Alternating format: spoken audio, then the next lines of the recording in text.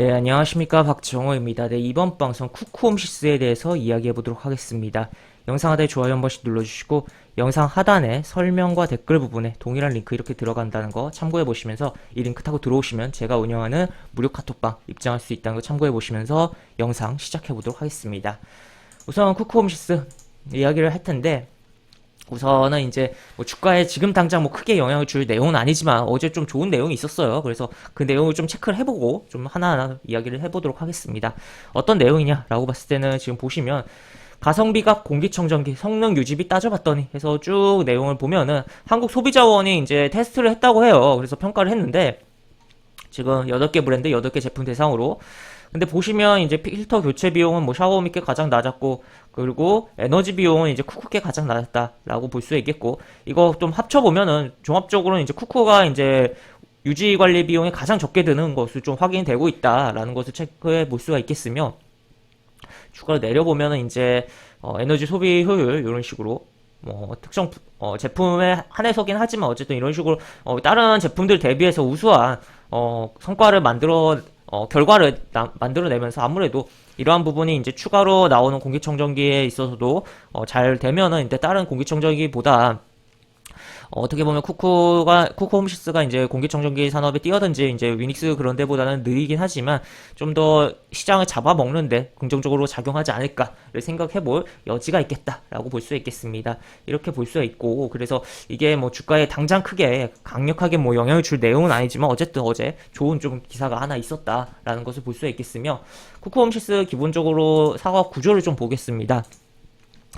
현재 일시불, 정수기, 공기청정기 매트릭스 이런 식으로 진행되고 렌탈 이런 식으로 진행이 되는데 이 렌탈 비즈니스라는 게 결국에는 이제 구독 경제라고 할 수 있는 거잖아요. 조금 세련되게 최근 말로 하면 결국 뭐 OTT 서비스도 그렇고 뭐 그런 게 다 구독 서비스인데 이게 이제 OTT 같은 이제 스트리밍 동영상 서비스 같은 경우는 이게 온라인으로 어쨌든 모바일로 보다가 이제 마음에 안 들면 끊어버리고 조금은 이제 같은 구독 경제여도 조금 해지에 대한 부분이 조금 유연하다라고 할까요? 그런 부분이 있는데 이 렌탈 서비스 식의 이런 부분은 어쨌든 뭐 설치 기사가 오고 또 이제 만약에 해지하면서 이렇게 가져가야 되는 부분도 있고 여러 가지 부분이 있잖아요. 그러다 보니까 상대적으로 그런 최근에 핫한 그런 OTT 그런 구독 서비스보다는 구독 경제 그런 서비스보다는 아무래도 그런 해지가 좀 더 덜 될 수 있는 여지가 있지 않을까라고 생각을 할 수 있고 기본적으로 이러한 구독 경제 그런 구독 서비스에 대한 부분에 대한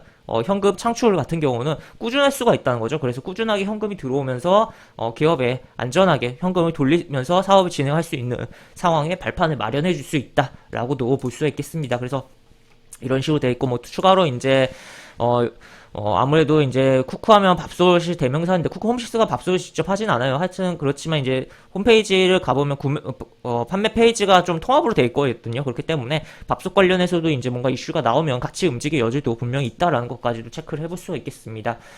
그리고 또 추가로 이거는 조금 안 좋은 내용이긴 한데 이것을 좀 해석을 좀 잘해봐야 될 것 같습니다. 이게 어쨌든 이제 보시면 최대 주주 쪽에서 물량을 던졌다는 거였거든요. 근데 대표적으로 이제 최대 주주의 지분이 감소하는 것은 이제 주가의 고점에 대한 시그널로 생각을 해볼 여지가 있겠지만 이제 주가의 현재 위치랑 같이 고려를 해봐야 되겠고 이것을 좀 더 자세히 들여다보면은 변동 내용 총괄표로 보면은 특별관계자에서 던진 건데 현재 대표이사로 있는 분이 던진 게 아니라 지금 회장으로 있는 분께서 던진 거다. 그래서 약간 이건 뇌피셜이지만 혹시 뭐 부동산 관련 세금을 내기 위한 매도 또는 뭐 배당에 대한 세금을 좀 줄이기 위해서 그냥 던져버린 거 아닌가라고도 생각을 해볼 여지가 있겠죠. 나이도 어느 정도 있으시니까. 그래서 이렇게 좀 생각을 해볼 수가 있겠다라고 볼 수 있겠고 그래서 지금 어쨌든 경영을 실질적으로 하고 있는 사람이 던진 건 아니기 때문에 크게 무리감이 없지 않나 싶고 워낙 그리고 이게 안정적이에요. 지금 던졌어도 이렇습니다. 지금 지분율이 그렇기 때문에 경영하는데 아무 지장 없다라고 볼 수 있겠고 오히려 이렇게 지분율이 과도하게 높아서 외국계 기관이 덜 이제 건드릴 수 있고 거래량이 별로 없는 것을 이렇게 매도를 통해서 시장이 그 주식수가 풀리면서 조금은 유연하게 유동성을 좀 만들어주는 효과를 만들어주지 않을까에 대해서도 좀 생각을 해볼 여지가 있겠다라고도 볼 수 있겠습니다. 그리고 또 시간외로 던졌기 때문에 11월 4일날 이 물량을 가져간 측이 뭐 바로 뭐 수익 처리를 했을 수도 있고, 아니면은 일부 처리하고 다시 뭐 저가 매집을 하고 있다던가, 아니면 들고 있다가 나중에 또 매수를 하면서 주가를 부양해서 매도를 할 가능성까지도 여러 가지 좀 생각해 볼 여지가 있는 부분이다 라고 볼 수 있겠죠. 그 다음에 또 추가로 이제 수시, 이거는 이제 뭐 배당에 관련된 부분인데 그냥 가볍게 보시면 될 것 같고, 배당도 주는 기업이다 라고 보시면 될 것 같아요. 그래서 이런 식으로 내용이 있다라는 거 볼 수 있겠고, 본격적인 뭐 차트를 보기 전에 한 가지 또 체크를 해보고 넘어가면, 진짜 옛날 기사인데 이런 부분이 있어요. 물론 이제 쿠쿠 홈시스 쪽에서 이제 밥솥을 하는 건 아니지만, 어쨌든 정수기라든지 그쪽이긴 하지만 이분이 결국 동일한 대표거든요. 그렇기 때문에 이 대표에 대한 부분을 한번 이 기사를 통해서 확인을 좀 해볼 수가 있고, 과거에 대한 기사이지만, 그래서 이거 기사는 이제 설명 부분에 좀 넣어드릴 테니까 읽어보시고 싶으신 분께서는 한번 읽어보시면 좋을 것 같다라는 거 체크해 볼 수가 있겠고, 이제 차트로 좀 넘어가서 보겠습니다. 차트로 넘어가서 보면은 이제 차트가 최근에 이제 음봉도 이런 식으로 나오고 별로 좋지 않죠. 그리고 여기 보시면 이때가 이제 시간외로 매도를 했다고는 하지만 어쨌든 영향 받으면서 이렇게 주가가 음봉이 크게 그려지긴 했어요. 그리고 여기 한번 이렇게 움직이고, 아마 이 물량 가져간 측은 다 던졌을 것 같기도 한데, 어쨌든 주가가 그 이후에 빠지고 있긴 합니다.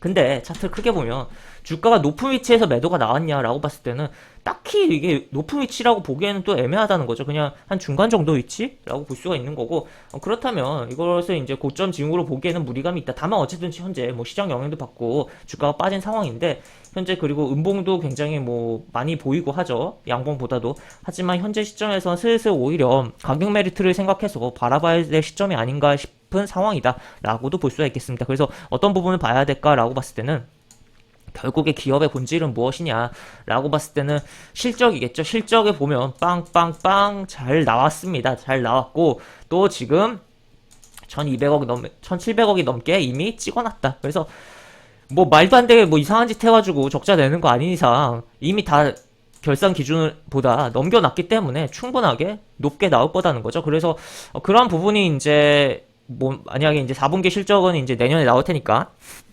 그러면서 좀 부각이 된다면 현재 흐름은 안 좋지만 오히려 회복하면서 움직일 가능성. 그래서 현재 시점 안 좋은 가운데서 미리 조금 살펴보고, 아니면은 좀 여유 있게 본다면 느긋하게 아주 느긋하게 좀 분할 매수를 해볼 수도 있는 흐름이지 않나 싶습니다. 그래서 기업의 본질의 변화는 없고 정말 실적 긍정적이고, 또 보시다시피 부채 비율이 계속적으로 어떻게 보면 감소를 하고 있어요. 정말 뭐 이제 거의 무차익 경영하려고 하는 거 아닌가 싶을 정도로. 그러면서 그리고 유보율은 이렇게 증가하고 있다는 거 또 체크를 해볼 수가 있겠습니다. 당연하죠. 어떻게 보면 영업이익이 잘 나오고 하는데 뭐 돈을 뭐 엄한데 이상한 짓 하지 않는 이상, 뭐 이상한 뭐 M&A, 뭐 말도 안 되는 쓰레기 기업을 M&A 하는 거 아닌 이상 당연히 돈이 쌓일 수밖에 없는 거고, 부채를 줄이는 게 당연히 더욱더 이제 이자 비용을 줄일 수가 있기 때문에 이런 식으로 볼 수가 있겠습니다. 그래서 회사 내 내용이 영업이익 잘 나오고 뭐 재무적으로 아주 건전하다라는 거 볼 수 있겠고, 그리고 지분율 안정적이다.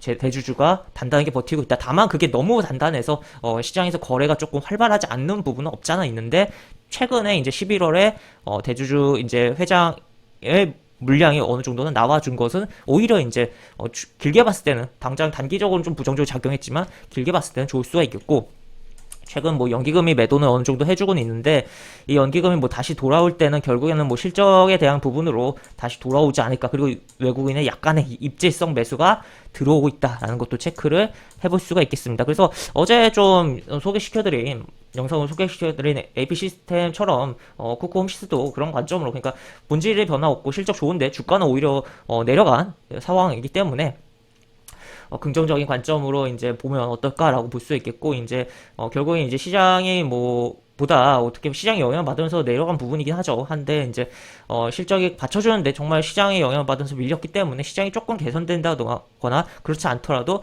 오히려 이제 실적이 부각되면서 실적 장세로 가는 흐름 속에서의 움직임이 강하게 좀 나올 가능성까지도 미리 좀 생각해보자 라고 정리를 해볼 수가 있겠습니다. 이렇게 볼 수가 있겠고, 다시 한번 영상 하단에 설명과 댓글 부분에 동일한 링크 들어간다는 거 참고해 보시기 바랍니다. 이상 박주홍이었습니다. 네, 감사합니다.